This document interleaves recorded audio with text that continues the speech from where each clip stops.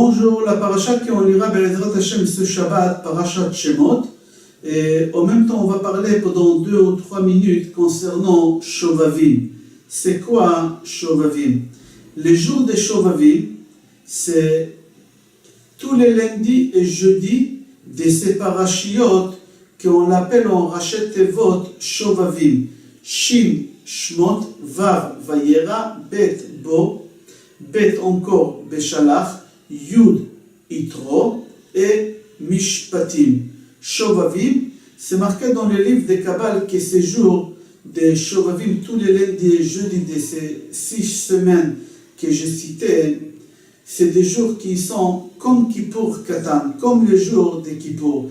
C'est des jours qui sont propices pour faire Teshuvah. Pour faire Teshuvah, et surtout, la Teshuvah que perte des semences, Otsaat Zera Levatala. C'est comme un Kippour Katan, et en même temps on fait Tikkun Karet Nida et Otsaat Zera Levatala.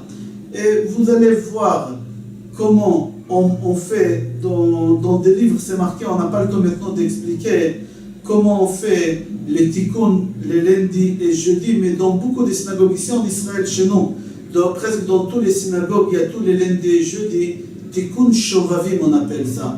Shovavim, c'est les 6 noms des parachiotes qu'on a cités. On va reprendre notre paracha.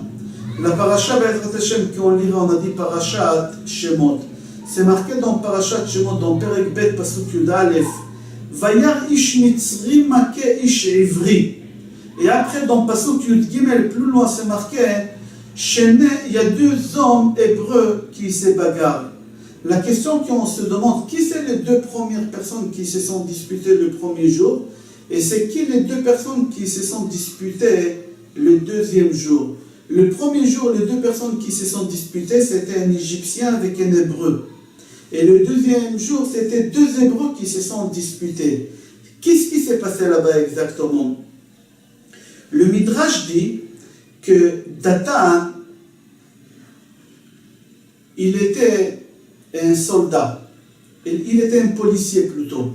C'est-à-dire qu'il y avait 10 juifs esclaves, et sur les 18 juifs esclaves, ils avaient un policier juif qui était responsable qu'ils fassent leur travail. Et s'ils ne faisaient pas leur travail, c'est lui qui se faisait punir. Parce que sur lui, il avait un soldat égyptien qui était responsable sur lui. C'est-à-dire le soldat égyptien, au lieu de voir les détails avec les juifs, les 10 juifs, non. Il voyait avec le policier juif. Datan, c'était un policier juif, tzaddik, que chaque fois quand les juifs ne finissaient pas le travail, il ne disait pas c'est de leur faute. Il prenait sur lui, il recevait des coups. Mais il faut savoir que sa femme à lui, c'était une très très belle femme. La femme de Datan, c'était une très belle femme. Et les soldats qui venaient, ils étaient responsables sur lui, et qui venaient tous les matins le réveiller, ils regardaient la femme de Datan. Et tous les jours, il voulait aller avec elle, il cherchait une occasion. Un jour, Datan, il s'est réveillé très tôt. Il n'a pas attendu que l'Égyptien, les soldats, ils le réveillent, et il est parti. Le soldat, il vient le réveiller, et il trouve à la maison qu'est la femme.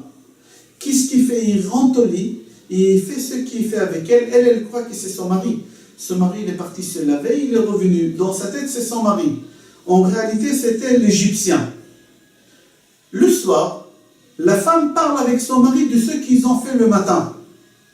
Le mari lui dit, mais c'était pas moi, j'étais pas là. Mais comment tu n'étais pas là? Oui, j'étais là, non, tu n'étais pas là.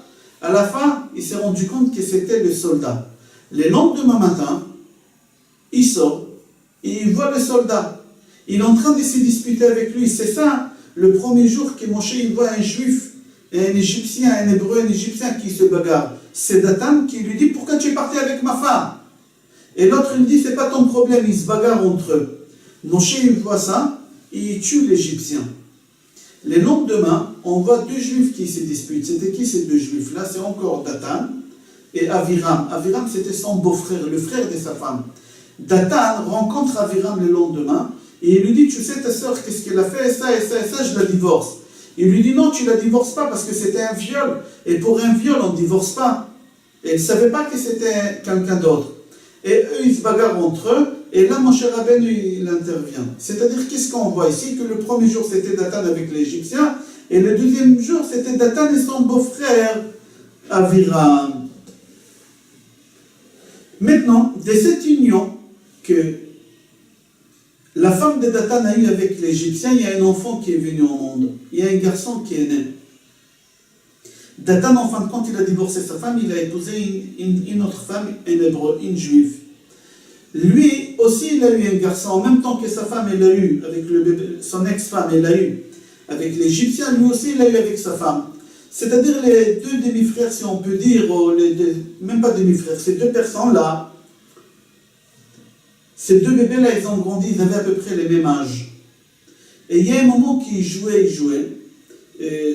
à peu près à l'âge de 12 ans, et il y a un moment que l'enfant cachère de Datan et sa deuxième femme dit à l'autre, tu sais, tu crois que mon père c'est ton père? C'est pas du tout ton père. Ta mère, elle s'est faite violer par un soldat. Alors sache, par un soldat égyptien, sache quand papa il mourra, tu touches rien comme héritage. Il dit, mais ça va pas ou quoi? Ton père c'est mon père, on est des demi-frères. Pas du tout, va demander à ta mère et tu verras. Qu'est-ce qu'il fait ce garçon? Il court chez sa mère. Il dit à sa mère, maman, est-ce que c'est vrai que tu t'es fait violer par un Égyptien et moi je ne suis pas ton fils? Sa mère lui dit oui. Il dit alors qui est mon père? Je veux voir mon père l'Égyptien, c'est qui? Il lui dit ton père il n'est plus dans ce monde. Moshe Rabbeinu, il l'a tué. Moshe Rabbeinu, il a tué ton père avec le nom de Hachem, Také.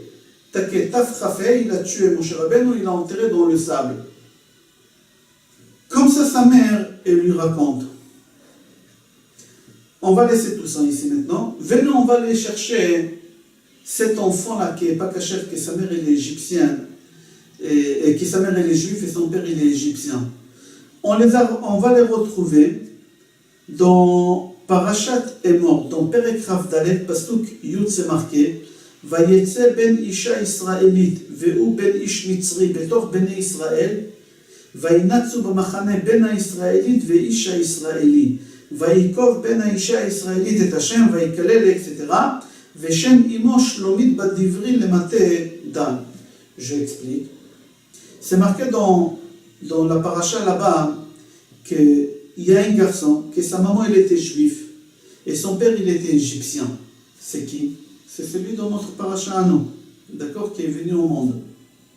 Il se dispute avec qui? Avec quelqu'un que son père et sa mère ils sont juifs. Avec qui? C'est avec l'autre qui croit que c'est son demi-frère.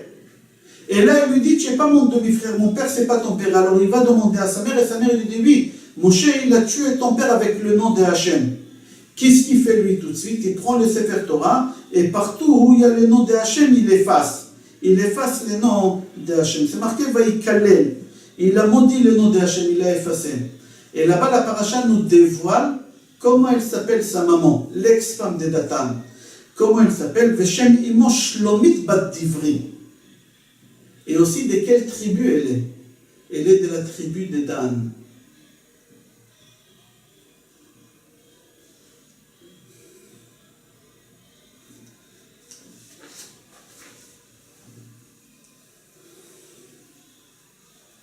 Le Midrash dit qu'en réalité, sa mère, elle s'appelait pas Shlomit bat Divri. Elle avait un autre prénom. Mais pourquoi le Midrash il l'appelle Shlomit? Parce que Shlomit ça veut dire Shalom. Même Rashi, qui était Ashkenaz, il écrit en arabe Salam, Salam. C'était une femme pas très pudique. Quand elle marchait dans la rue, tous les hommes qu'elle voyait, juifs ou non juifs, elle disait bonjour, bonjour, bonjour à tout le monde. Et Kol Kvuda Bat Melech Pnima.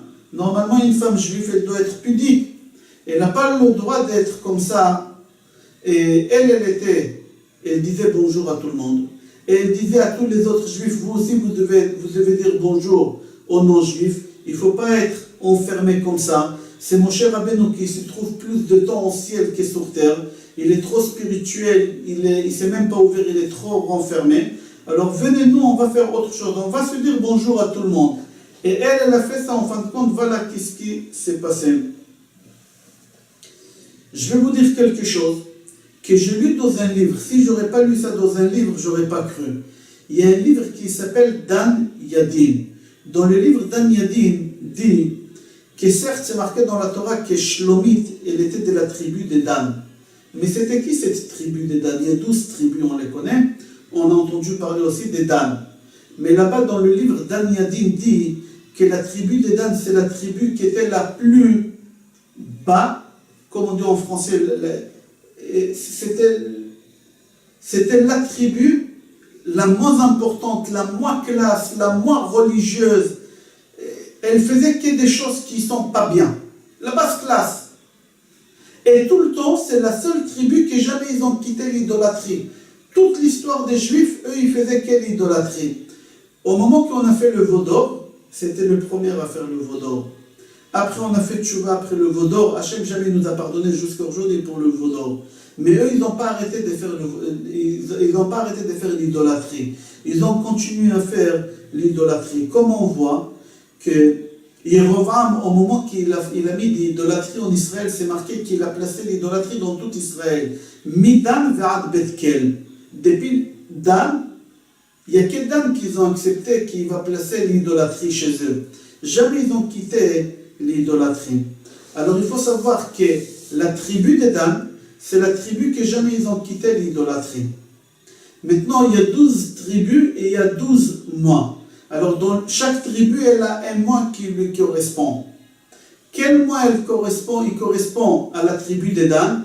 C'est le mois de ce mois-ci. Chaque année, au moment qu'on lira Parashat Shemot, ça va être le début du mois de Tevet. C'est-à-dire, la tribu de Dan, elle est le mois de Tevet. C'est-à-dire, le mois de Tevet, c'est le mois, le Zohar HaKadosh, il dit, c'est le mois noir du peuple juif. Parce qu'au mois de Tevet, on a eu beaucoup de malheurs. Déjà, les 10 Tevet ont jeûne. Mais c'est marqué que Yesh tzadikim shemit'anim bechet et betet. Il y a des tzadikim qui jeûnent aussi le 9, le 8 et le 9 et le 10. Mais ils mangent le soir. Pourquoi ils jeûnent le 8?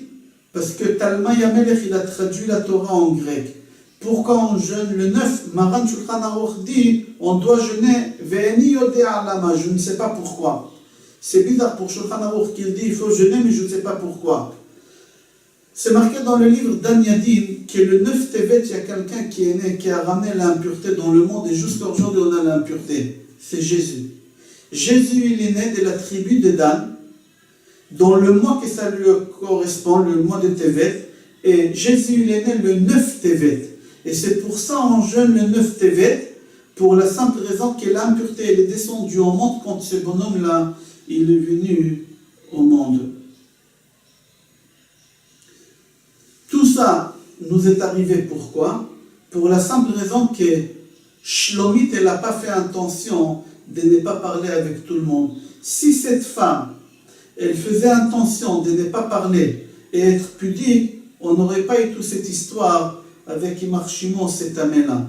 Quel rapport cet amé-là? Il faut savoir que sa neshama à lui, c'était la neshama de l'Égyptien, qu'il était avec la femme de Datan, qu'il a mis sa neshama à lui dans le corps de la femme de Datan, qu'elle a eu un enfant, que lui c'était Jésus, qu'après il est venu en Gilgulim, jusqu'à qu'il est devenu la dernière fois ici. Et jusqu'à aujourd'hui, on a dans le livre de Maharal Miprag une belle histoire sur Jésus et le roi de Prague, comment ils se sont rencontrés, etc. Je vous souhaite Shabbat Shalom, Bracha Ve'atzlacha et Kol Tov.